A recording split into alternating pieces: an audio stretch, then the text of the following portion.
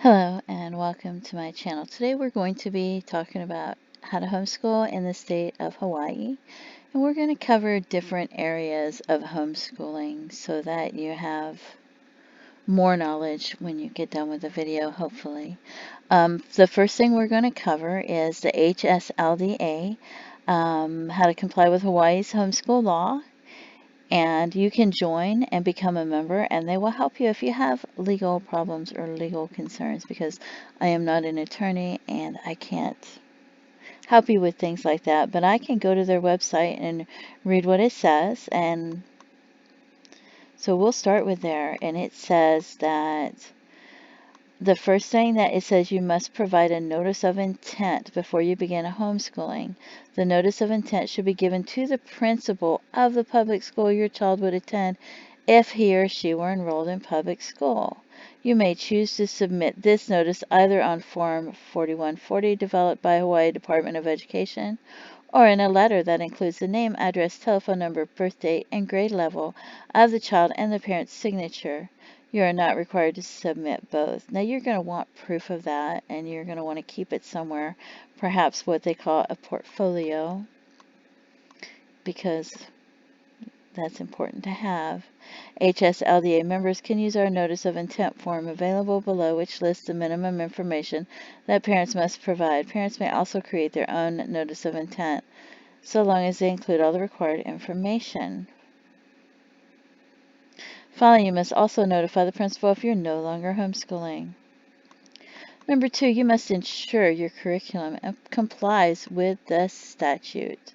There are no required subjects to be taught, but your curriculum must be structured and based on educational objectives as well as the needs of the child. Be cumulative and sequential, providing a range of up-to-date knowledge and needed skills, and to take into account the interests, needs, and abilities of the child. According to the statute, an elementary school curriculum may include language arts, math, social studies, science, art, music, health, and physical education. A secondary curriculum may include social studies, English, math, science, health, PE, and guidance. Keep records. You must keep a record of the planned curriculum, which must include the commencement date and end date of the homeschool program, the number of hours per week of instruction, the subjects to be covered, the method used to determine mastery of materials and subjects in the curriculum, and a list of textbooks and other instructional materials. I have a video about creating a portfolio, and you might want to check that one out. I have two of them. One is for a very simple one, and the other one is for a much better one.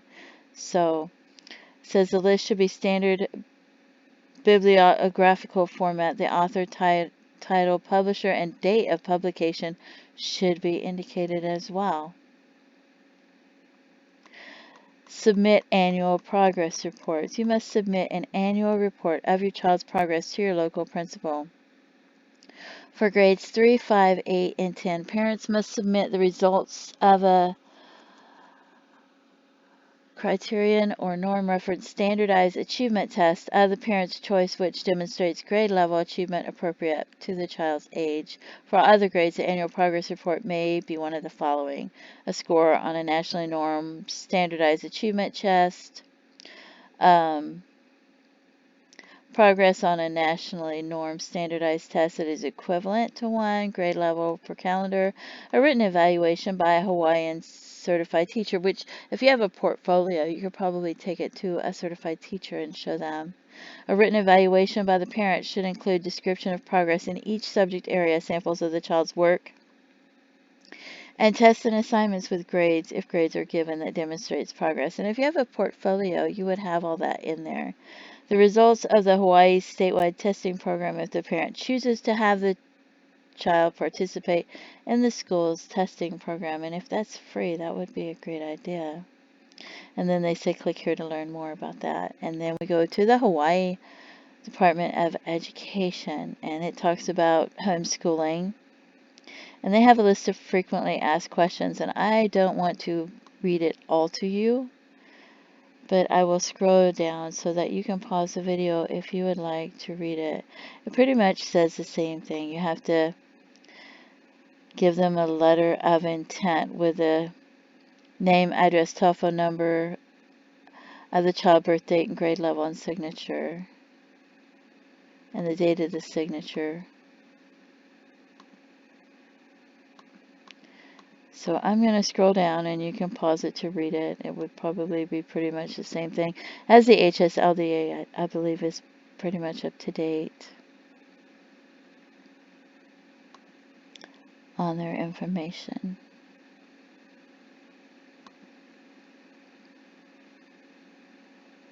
So, and I'm sure they have other links and things on this website as well.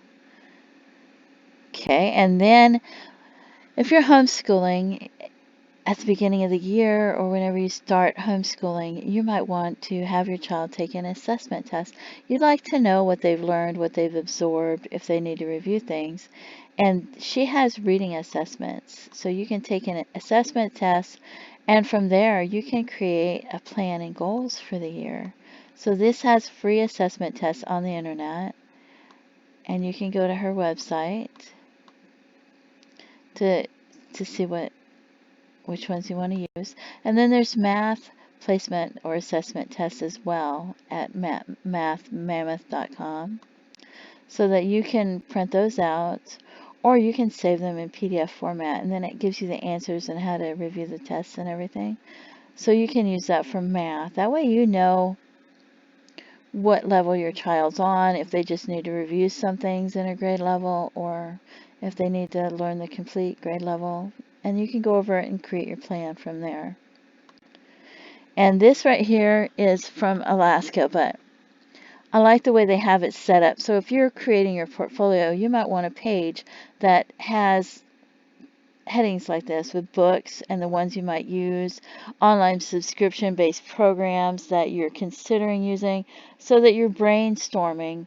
You have a page of your brainstorming ideas, of your favorites, of what you might use or you might not use. And if you don't use them this year, you might use them next. And then you might have another page of the ones that you've chosen and selected for the year.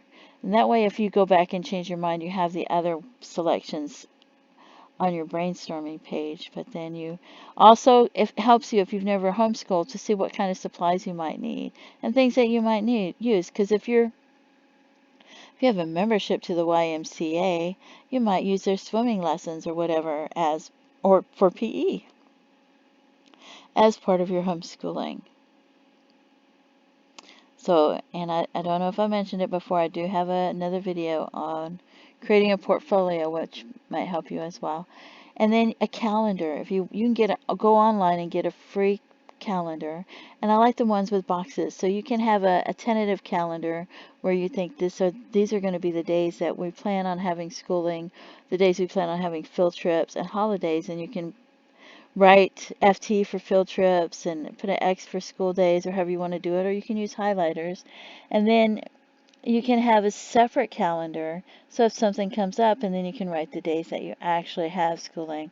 One of the things that I did when I was homeschooling is I would carry a notebook with me and write down what we did at what times and what dates, and I would put day one and the date, and then I would open up a WordPad document, a free document on my computer, and put day one and the date and the time, the subject, and the activity that they did in the subject. And then I would write notes about their learning, if they needed to review certain things. And that way, when I went to do my progress reports, I would have information in there as well. And you can have your child create their own portfolio and self-evaluate them as well. So that'll help you, know their opinion. And this is a website that has curriculum, and it's, I believe it's $20 a month for this one. Some of the other ones are free, but this one's easy to print out the page of what you're going to be doing. And so, and you can, some people will check them off as they do them, or they'll write the date that they do them. And you can scroll over it and highlight it, and you can see where you can test them on this to see what they know and what they don't know without even joining. So that's also a great thing about this. I love the fact that you can print out what they're going to be learning so easily, and it's just right there. And then here's this one is free, and it's all in OneHomeschool. It's allinoneHomeschool.com is the website. And it's also called Easy Peasy because and it is very easy. But they will try to take you to a page to donate. That is like using PayPal to donate, and you can click cancel and still join for free. And then if you like it, you can always donate later. And they also have Bible study and things like that, and they do it page by page, I believe. It's changed since we used it, but it's a lot of fun, and it's a great resource. And then there's also Khan Academy, which my son swears by and thinks it's just the greatest thing. And says it's free for everyone, everywhere. And they go from pre-K all the way up to college classes. So it's a great fun resource for you if you want to use it. And you can use a curriculum that's free and a workbook that has complete curriculum in it, so that maybe they use one online for 3 hours a day and then use a workbook for an hour a day. And that way you have written work inside the workbook that you can choose to add to your portfolio. And this is a website that's Project Gutenberg, and it has books. So if you want to read books from home, you don't want to leave the house to go get books, they have a lot of books. And you can just click on the book that you want your child to read, and then or you want to read to your child, and then you can click on how you want to read it, and then there's the book. The book is right there. So, and you can select it and click on the page you want to go to, or you can just scroll down. And they have a lot of books there. Another place for reading books is International Children's Digital Library, and they have thousands of books. And it's the same thing. You just click on the book that you want to read. You click on read, and then you click on the page, and then they have where you can turn the page to the left or the right in the upper right hand corner, and then you can scroll down and read the pages. So, and you can zoom in and out as you need to on your browser. Another great resource is Schoolhouse Rock videos, which you can find on YouTube. People have YouTube channels with Schoolhouse Rock videos, and they're songs, and they've been around for a long time, and children still love them. And they teach you, they have grammar, they have science, they have economics, they have history, they have mathematics, they have civics, they have multiplication tables. And like I said, people have YouTube channels with created playlists. So, and here's a subject.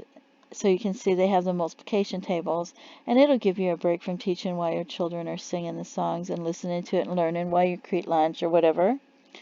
And Grammar Rock, here's the subjects. So they have noun, verbs, conjunctions, things like that. And then they have America Rock, which teaches, a lot of people have heard of Schoolhouse Rock, but they didn't realize how much material or how the different subjects they taught. And here's the subject here. You see the word subject. And it has inventions, voting for president, branches of government, things like that. And then they also have Science Rock as well in the different subjects. So they learn so much by using this. They have Money Rock, which teaches them about family bills and personal budget and things like that. So it's a great resource that you could use. So that is available as well. And then this person has ways to get funds for homeschooling in different states. So let's see what she says they have in Hawaii. It might take it a minute to load. I have so many tabs open. So this might be if you're doing it under an umbrella school. They have a $1,500 allotment per student, and that's probably an umbrella school, but you can go to her website and check that out. I know Alaska has, you can get from $500 to $4,000 per student in allotments if you're going through umbrella schools and you live in Hawaii. So I think that would be great. And some of them you have to return it, and some of them let you keep it. It just depends on which school you go through. But this one is for the state of Hawaii, and so this is what it says, so you can read that. And if you're homeschooling, you can always go to your local thrift stores and see if they have any workbooks as well. So, but yeah, they have public charter schools or things like that. So that's what it says for Hawaii. And another thing is homeschool groups. If you're homeschooling and you've never homeschooled before, you might want to join homeschool support groups, or even if you have, because they have great knowledge, and they also might have books that they want to pass around and share. So, and if you want to donate books to other people, this is homeschool support groups are always a great resource, and sometimes they're free and sometimes they cost. So you might just want to look and see what you want to join and which ones you like. And some of them might have email lists and things like that as well. But I think homeschool support groups is a great idea. So I hope that this helped you, and I hope that you enjoyed this video, and I hope it helps someone out there. Please feel free to leave comments, and I thank you so much for tuning in to my channel. Have a great day. Bye-bye.